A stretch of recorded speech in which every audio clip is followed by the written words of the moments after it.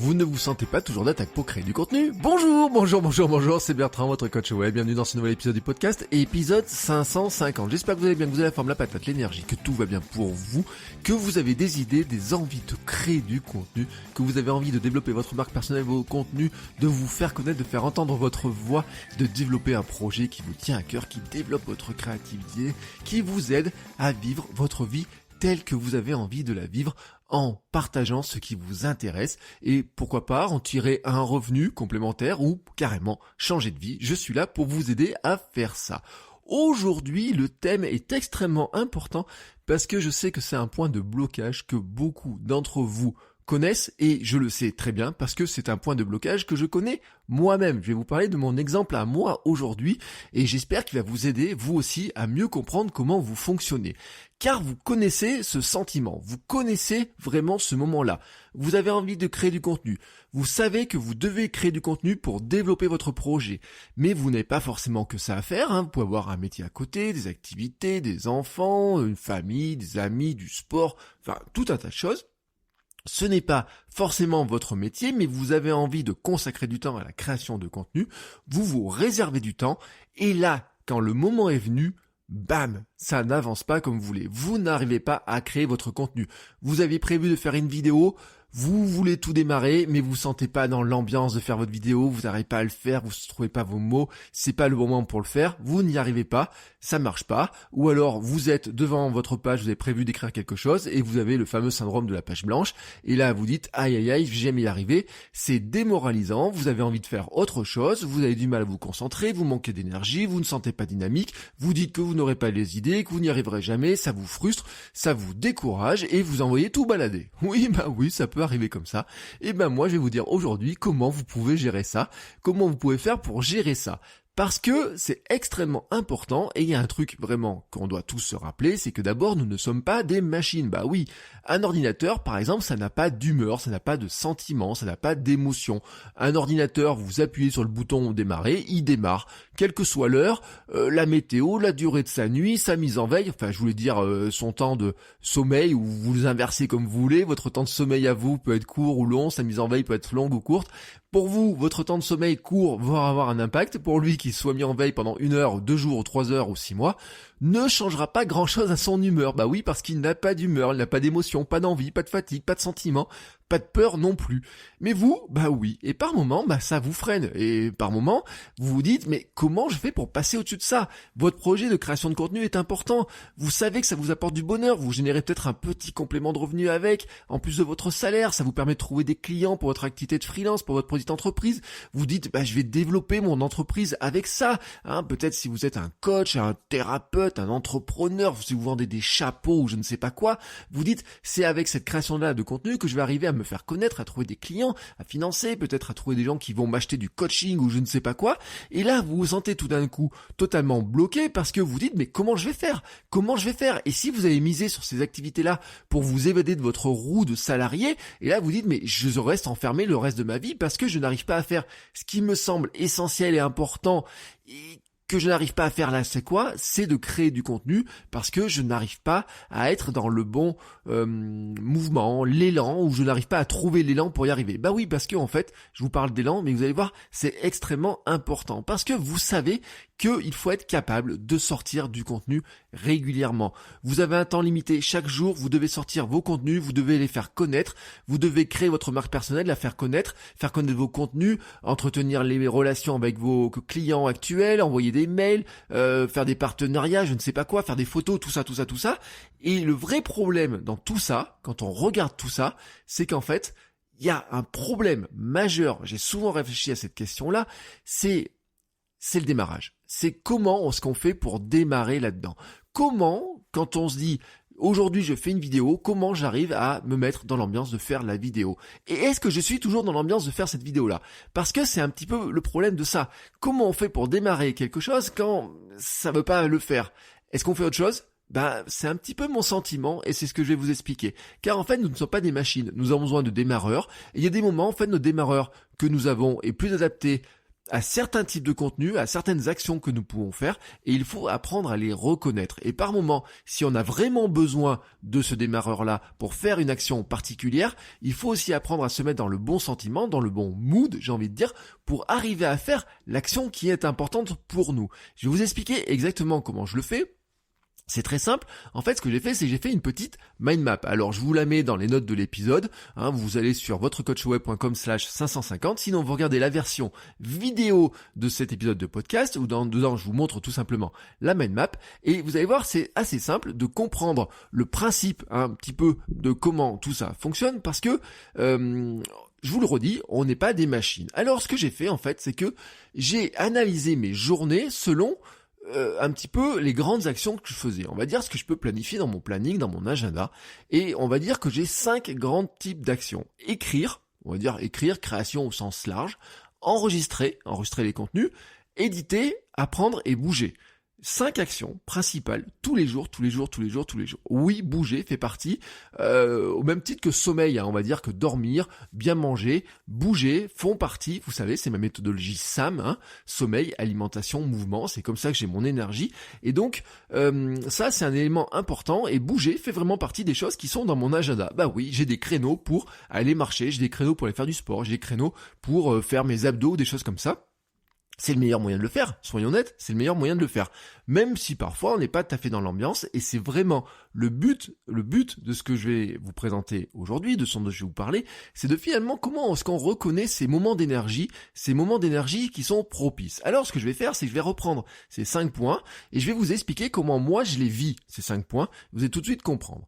On va dire la création, l'écriture. Écrire, c'est quoi ? Dans quel sentiment du moment ça va correspondre et pourquoi c'est important de le faire. Alors, sentiment, pour moi, c'est quand je me sens créatif, mais aussi quand je me sens pensif. Quand j'ai un truc comme ça qui me tourne un petit peu dans la tête, à ce moment-là, on va dire, au lieu de ruminer, je sens qu'il est temps de rédiger du contenu. Comment ? Rédiger du contenu, faire des mind maps, gribouiller, dessiner. Je prends un bout de feuille, je fais un petit bout de dessin ou des choses comme ça, je fais un petit bout de schéma. Ou alors je note des plans rapides sur un bout de feuille. Maintenant je le fais sur l'iPad, mais je peux faire des mind maps sur MyNode exactement comme je l'ai fait pour cet épisode-là.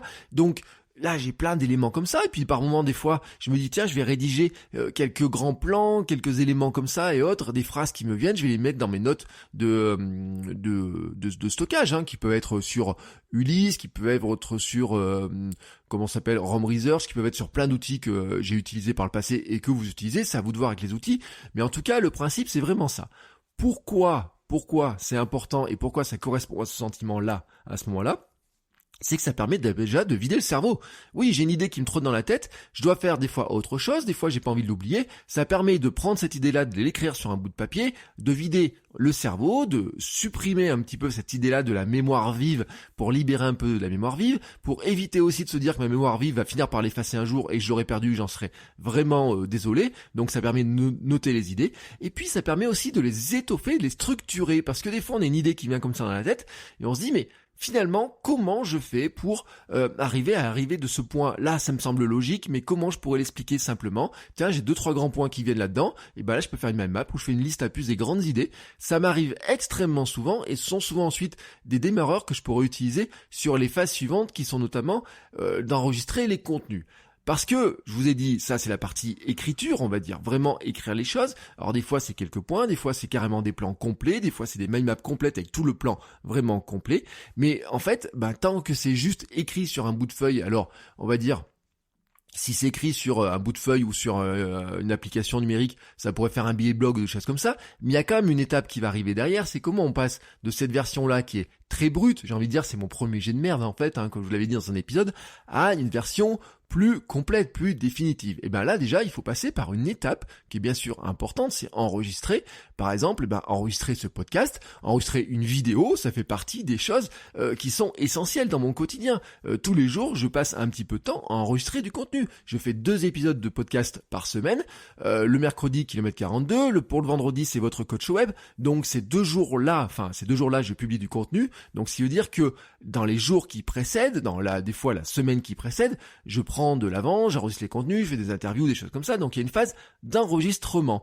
Ce moment d'enregistrement correspond à un sentiment chez moi où c'est de l'excitation et de l'énergie. C'est quand j'ai de l'énergie pour le faire, quand je me sens excité par le sujet et par le fait d'appuyer sur le bouton rouge. Oui, je me sens excité par appuyer sur le bouton rouge. Vous voyez, on dit un peu, on a le goût du sang là dans la bouche qui arrive comme ça, etc. Vous savez, c'est une expression souvent qu'il y a dans le sport et tout comme ça. On dit, ah tiens, là je sens que c'est le bon moment. Je sens que c'est le bon moment. Car avant d'enregistrer les épisodes de podcast, par exemple, j'ai les phrases qui commencent à me remonter, je commence à me voir, et dès que je commence à mettre le casque sur la tête, vous savez, ça commence à faire monter l'excitation. Là, je sais que c'est le bon moment. Là, je sais que c'est le bon moment pour le faire. Comment ? Bon, bien sûr, je vais enregistrer quoi ? De la vidéo, de l'audio. Là, c'est vraiment le moment, vraiment, quand j'ai cette énergie, quand je me sens excité comme ça, c'est vraiment le bon moment pour passer ce qui est la vidéo, ce qui est l'audio, et la vidéo et l'audio, quand je peux faire les deux en même temps. Pourquoi c'est lié tout ça ensemble ? Parce que c'est là où on crée le contenu qui est le plus engageant, le plus facile de partager. C'est plus facile de partager mon énergie. Donc c'est là où pour moi c'est le plus intéressant. Donc j'arrive à partager mon message avec l'énergie, avec la clarté d'esprit, parce qu'en plus j'ai pu préparer mes notes un petit peu avant si j'ai besoin de notes ou quoi que ce soit. Je peux le faire aussi des fois dans des endroits qui sont totalement différents, parce que c'est bon pour moi aussi, par exemple pour présenter quelque chose.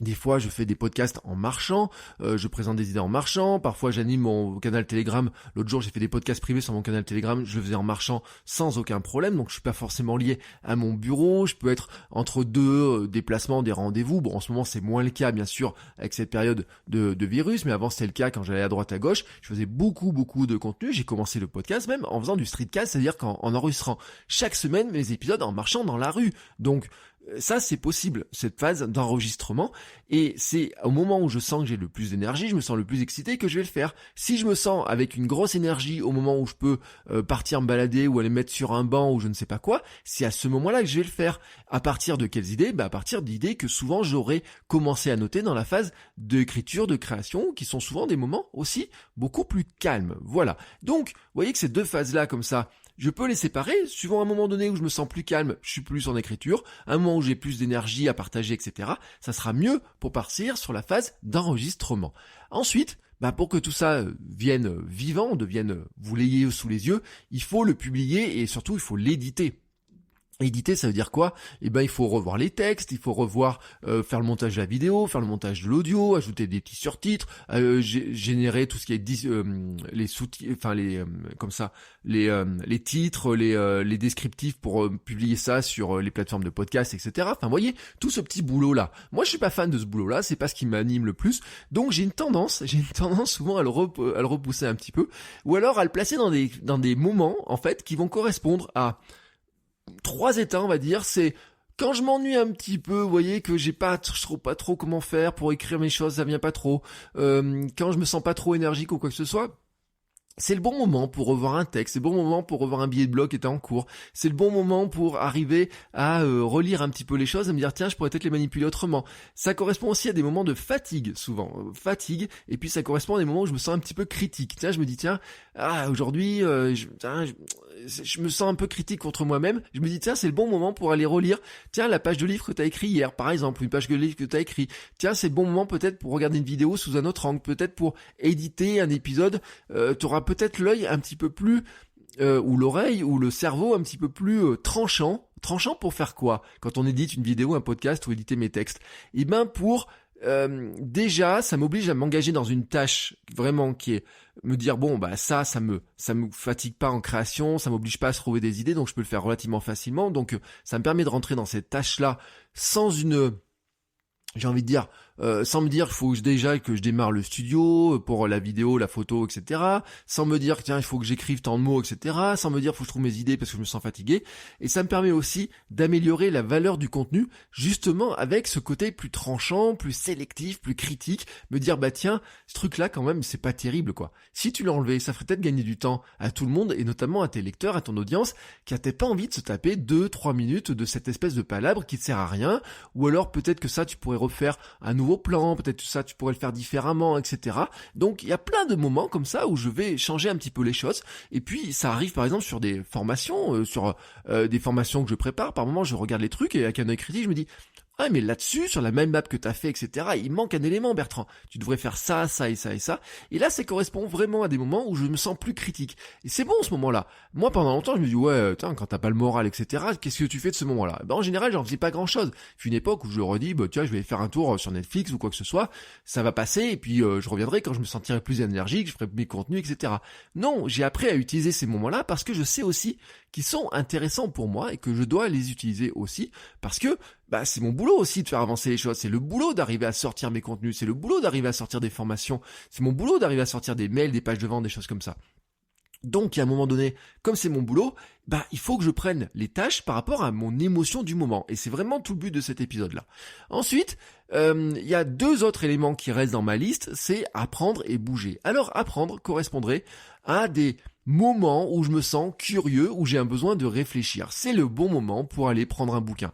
C'est le bon moment pour aller regarder des vidéos, pour écouter des podcasts, pour suivre des formations. Même pour regarder un documentaire sur Netflix, on pourrait dire regarder des vidéos. Quand j'ai regardé des vidéos, c'est pas forcément YouTube. Ça peut être sur plein d'endroits où j'ai stocké des vidéos, j'ai des listes de vidéos à regarder. Alors, j'en ai beaucoup. J'ai regardé ma liste de vidéos à regarder plus tard sur YouTube. Je crois que c'est 1000 vidéos à regarder. Bien entendu, je ne regarderai jamais ces vidéos-là. Bien entendu, je ne regarderai jamais. C'est pour ça que mettre la vidéo dans une liste à regarder plus tard, on sait qu'on y va assez rarement dedans.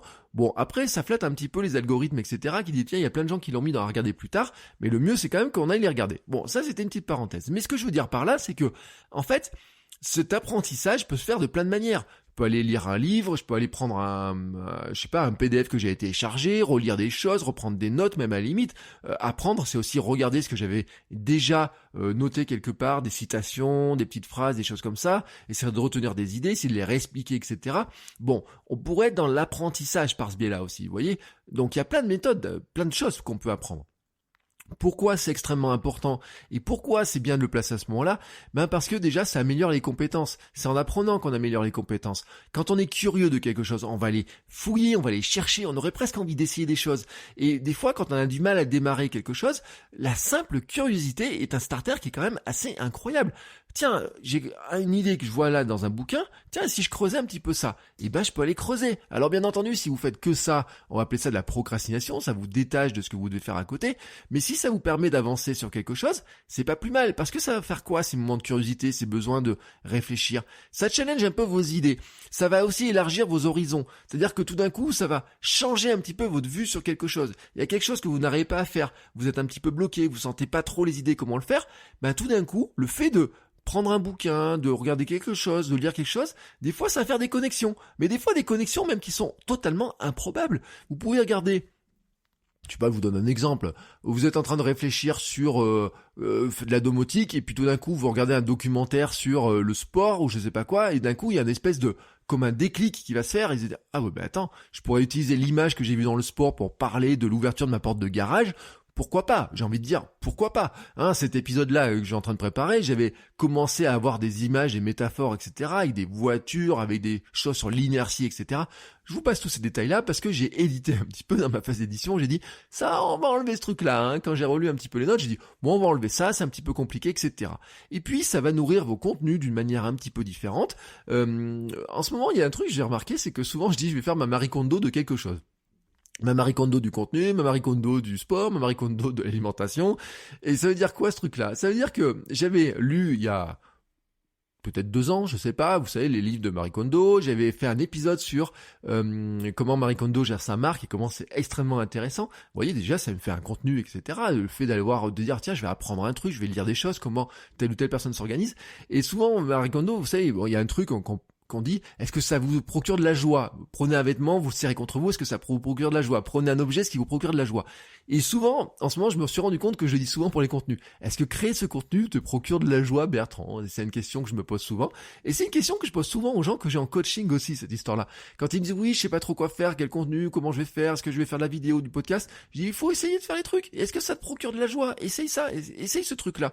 Et donc, vous voyez, être allé chercher ces idées-là dans des livres, dans des vidéos, dans je sais pas quoi.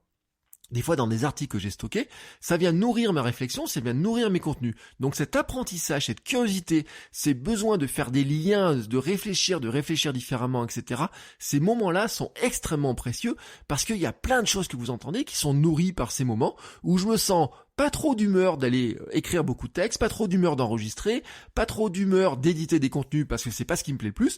En revanche, aller lire un livre pour apprendre quelques trucs, ça c'est quelque chose qui me plaît bien. C'est quelque chose qui me motive sur le moment même. Et donc ça, je vais plutôt me plancher là-dessus en me disant que ça va de toute façon me permettre de nourrir mes contenus.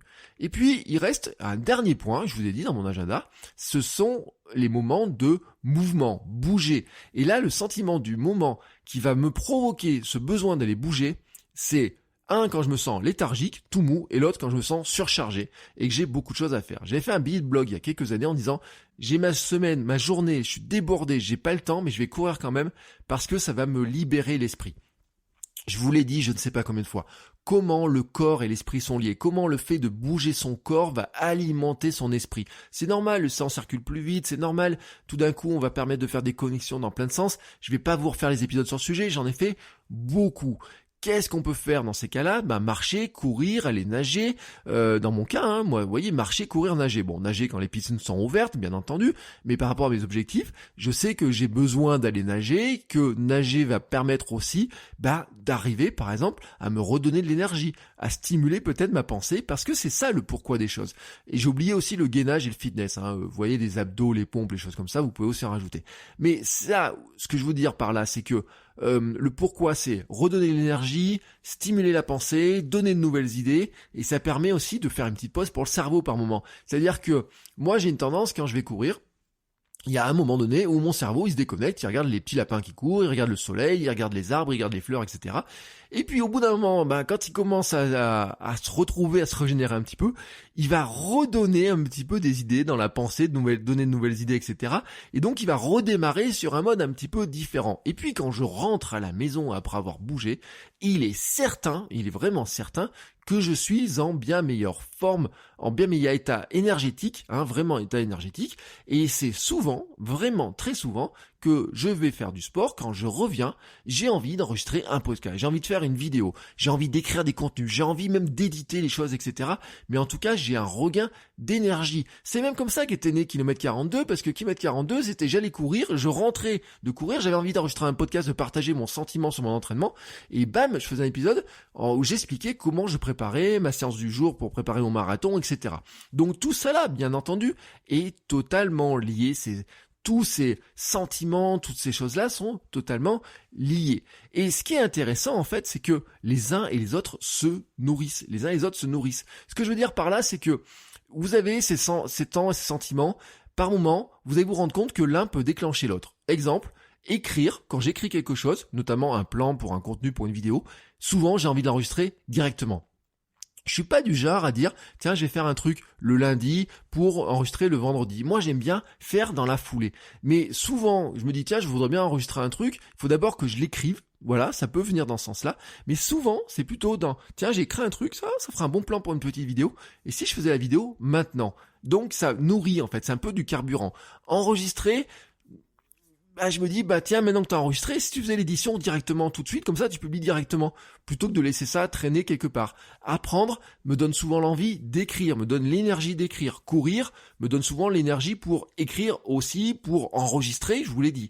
Marcher me donne souvent l'énergie pour enregistrer, et même d'enregistrer pendant que je marche, tout simplement. Et la vidéo, c'est pareil.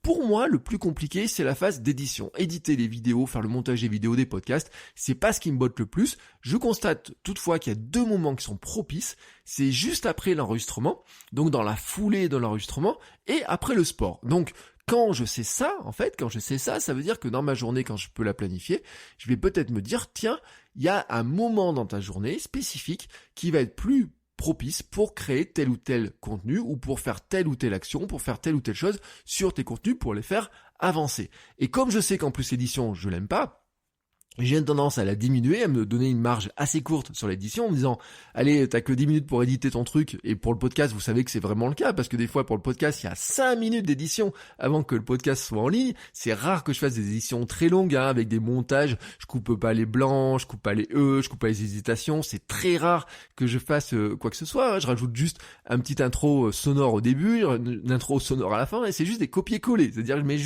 je copie-colle les pistes et je rajoute les longueurs de temps. Vous voyez le montage, à quelle vitesse il est fait, j'exporte, ça se compresse tout seul selon les réglages et bam, c'est publié. Donc vous voyez que ce temps d'édition, je le limite vraiment au maximum parce que je sais que j'aime pas ça et je sais que si j'attends d'être vraiment motivé pour le faire, je le ferai peut-être pas. Pour autant, je dois quand même le faire par moment sur certains contenus. Les vidéos, je peux pas les éditer comme ça en 5 minutes.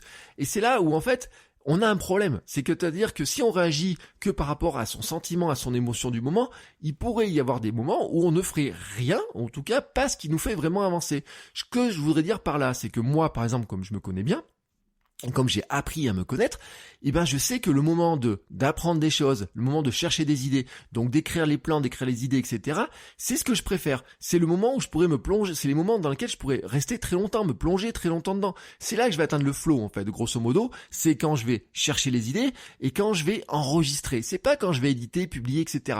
Pour autant, si je veux que mes contenus soient connus, soient écoutable, soit regardable, soit sous vos yeux, dans vos oreilles, chez vous, partout, etc. Il faut que je passe à la phase d'édition. C'est obligatoire. Et donc, il y a un moment donné, il faut aussi se dire, ça, je dois le faire. Alors, il y a des phases, par exemple, je me mets des petites marges. Je me dis, tiens, tu vas pas faire ça en flux continu, tel ou tel moment, etc. Tu vas te mettre des marges. Et il y a un moment dans ce temps-là où peut-être tu auras le bon état d'esprit et tu arriveras plus facilement à faire cette phase d'édition qui te plaît pas. Écrire cette fameuse petite phrase que tu as besoin d'écrire, ce petit montage que tu n'as pas envie de faire, tu pourras le faire. Et ça fait partie des choses qui sont extrêmement importantes. Parce que, par exemple, si vous devez absolument écrire votre livre et que vous avez du mal, comment vous faites? Comment vous allez faire? Si vous êtes en flux tendu, vous allez être obligé de passer dans la phase d'écriture quoi qu'il arrive, quel que soit votre sentiment, même si votre sentiment n'est pas celui d'écrire sur le moment. Et si c'est pas le bon sentiment, si vous n'êtes pas dans le bon mood, j'ai envie de dire, il y a une grosse probabilité que pour votre contenu, il soit merdique. Et je peux pas dire autrement, il soit merdique. Et les vidéos, par exemple, ça serait le cas. Si j'enregistre les vidéos dans le moment dans lequel j'ai le moins d'énergie, c'est pas terrible. Ça va se voir, ça se transparaît. C'est pareil pour les podcasts. Et donc, il faut éviter la situation d'urgence, ou en tout cas, il faudrait éviter la situation d'urgence en se disant que, là, j'ai vraiment plus le temps, etc. Je dois le faire absolument maintenant. Il vaut mieux mettre des marges. Et ça, vous savez que, notamment si vous avez suivi mes formations sur la gestion du temps, sur le planning, etc., ça fait partie des choses qui sont importantes pour moi de rajouter des marges, et toujours des marges, on va dire, de 20% dans mes journées, dans mes semaines, même dans le mois et l'année. Vous voyez comme quoi, j'institue des marges un petit peu partout.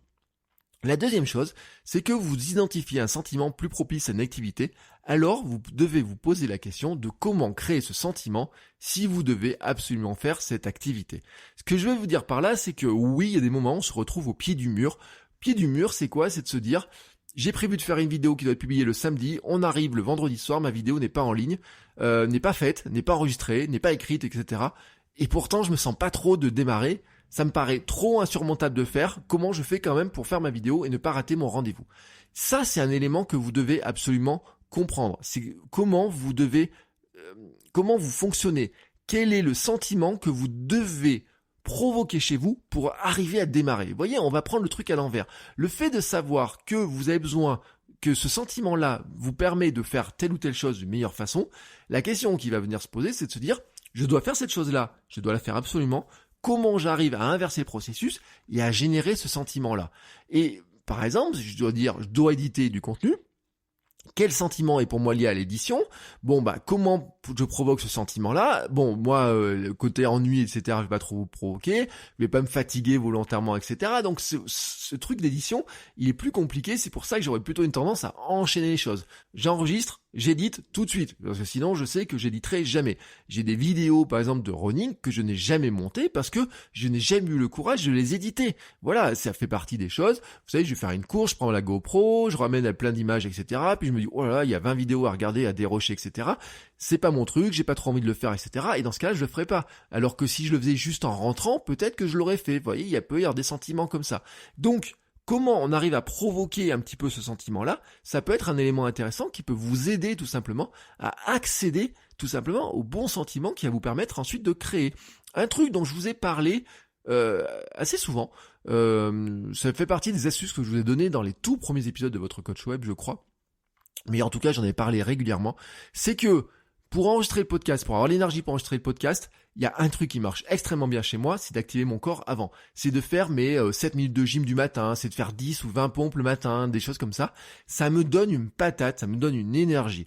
Ma routine du matin, c'est assez simple, comme ça. C'est yoga, méditation, enregistrement. Et en fait, c'est ce qui active le corps. Yoga, méditation, enregistrement. Ça active le corps. Le simple fait de faire du yoga ou de faire mes pompes va me mettre dans l'état d'énergie qui me permet d'enregistrer. Ça me met aussi dans l'état d'énergie pour commencer à écrire. Et donc finalement, qu'est-ce que je peux faire? Je peux dire, hop, je fais un peu de sport, j'écris, j'enregistre, j'édite, je publie, et bam, tout ça c'est fait parce que j'ai réussi à provoquer le sentiment. Et par moment, je vous le dis, il y a des vidéos du samedi matin, je les ai enregistrées très tôt le matin pour qu'elles soient en ligne quasiment dans la matinée, sans aucun problème, parce que ce que j'ai fait là, dans ce créneau-là, en provoquant cette énergie-là, me permet de travailler beaucoup plus vite. Je sais aussi, par exemple, que d'aller marcher avant d'écrire une page de vente ou une page de formation ou de réfléchir au contenu d'une formation sera bien plus bénéfique que d'essayer de faire absolument cette page de vente ou cette formation alors que je suis pas dans un mood créatif, que je suis pas dans un mood énergique, que j'ai pas le bon sentiment du moment. Et c'est pour ça que c'est extrêmement important. C'est pour ça que cet épisode était important pour moi aujourd'hui, parce que je voulais vous expliquer comment moi je fonctionne. C'est pas pour que vous me connaissiez mieux, c'est pour que vous aussi vous ayez cette réflexion-là. Maintenant que vous savez comment je fonctionne, peut-être que vous allez pouvoir identifier comment vous fonctionnez. Vous ne fonctionnez pas comme moi, ça c'est sûr. Vous êtes vous. Vous n'êtes pas une machine, nous ne sommes pas des machines, nous ne sommes pas des copies des uns des autres. Donc, vous devez apprendre ça. Pour devenir créateur de contenu, c'est apprendre à connaître son fonctionnement. C'est savoir comment vous fonctionnez, à quel moment vous êtes le plus apte à créer du contenu, à réfléchir aux choses, à apprendre comment vous pouvez enchaîner les choses. C'est ainsi que vous allez devenir un meilleur créateur, c'est ainsi que vous allez faire du meilleur contenu, c'est ainsi que vous ferez les choses aussi au meilleur moment pour vous et qui vont prendre moins de temps à faire, qui vont provoquer plus de joie. Si je veux refaire ma Marie Kondo, vous serez aussi capable de faire un planning non pas en fonction des échéances que vous avez, mais des moments d'énergie que vous avez. Vos contenus seront meilleurs, vous serez plus engageants et vous verrez les bénéfices sont beaucoup plus intéressants. Essayez de noter ces éléments-là, vous allez voir à quel point ça va vous faire progresser. Je vais maintenant fermer ma bouche et vous laisser ouvrir la vôtre, non sans vous avoir encouragé à vous abonner à mes emails pour avoir des conseils, des astuces complémentaires. Je vous envoie des mails, pas tous les jours, mais régulièrement, dans lesquels je vous donne plein de conseils complémentaires pour vous aider aussi, encore une fois, à créer du contenu, à devenir un meilleur créateur de contenu, à créer votre marque personnelle et à développer vraiment tous ces contenus, toute cette idée que vous avez en vous et à faire briller votre étoile du contenu pour inspirer votre audience. Sur ce, je vous souhaite à tous une très belle journée et on se retrouve la semaine prochaine pour un nouvel épisode. Ciao les créateurs!